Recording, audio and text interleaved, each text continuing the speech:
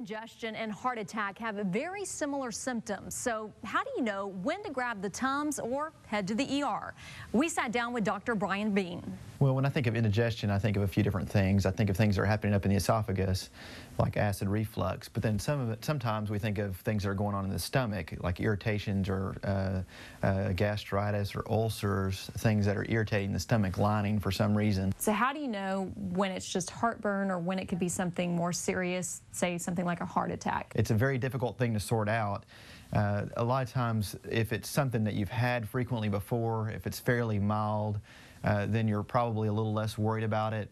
If you just had a big meal and that's when it occurred, well, it might be more likely to be something less serious. If it happened that you had not been eating, yet you'd been exerting yourself or doing something more physical and you started having pain in here, I'd say that's very concerning. When talking about indigestion, we often hear the term GERD. What is this? GERD, it just stands for Gastro, esophageal reflux disease. Typically, there's a lot more acidity down in the stomach than there is up in the esophagus.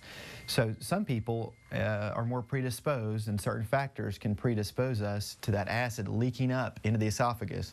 And that can be very irritating, cause a lot of burning sensations here. If these symptoms are minor and can be treated easily just with some simple over-the-counter medications and you don't have them very often, there's probably not a lot to worry about. But certainly recurring symptoms or this going on over months to years, it's time to get that checked out. So what treatment options are out there? Just over-the-counter, you can try everything from Tums to Maalox are good, and the Pepcids and Zantac type things.